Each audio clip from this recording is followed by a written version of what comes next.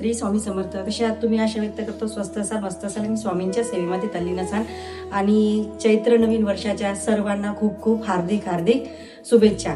बघा, आपल्याला गुढीपाडव्याच्या दिवशी जेव्हा आपण गुढी उभारतो, पण गुढी उभारताना आपल्याला कुठला मंत्र म्हणूनच आपल्याला गुढी उभारायची आहे. आता तुम्हाला सगळ्यांना माहिती आहे आपण गुढी कशी उभारतो. तांब्याचा लोटा, साडी वगैरे, आपली गाठी, त्याच्यानंतर कडुनिंबाचा पाला, आंब्याची डहाळी वगैरे या सगळ्या गोष्टी आपण लावल्याच्या नंतर आणि गुढीची पूर्ण पंचोपचार पूजा करायची आहे. नुसतं अशी साधी काहीतरी धरायचं आणि असं मांडायचं असला प्रकार करायचा नाही. पंचोपचार कशी पूजा, तुम्हाला तिथे विडा मांडायचा आहे. विडा मांडल्याच्या नंतर त्याचे गणपती स्वरूपामध्ये तुम्हाला पंचोपचार पूजन करायचं आहे. नंतर गुढीचं सुद्धा तुम्हाला पंचोपचार पूजन करायचं आहे. त्याच्यामध्ये तुम्हाला पंचामृतापासनं तर पाणीपासनं सगळ्या गोष्टी तुमच्या पूजाच्या साहित्यामध्ये असल्या पाहिजे. आणि ते सगळं उभारल्याच्या नंतर तुम्हाला एक मंत्र म्हणत ते गुढी उभारायची आहे. तो मंत्र मी तुम्हाला सांगत नाही आहे, डिस्क्रिप्शनमध्ये देत आहे. आणि डिस्क्रिप्शनमध्ये तो मंत्र पाहायचा आहे. नाही तर तुम्हाला वाटणार की ताई तुम्ही तो मंत्र सांगितलेला नाही आहे, तर डिस्क्रिप्शन बॉक्समध्ये तो मंत्र आहे, तर त्याच्यामुळे तो चेक करायचा आहे आणि तो वाचूनच तुम्हाला गुढी उभारायची आहे.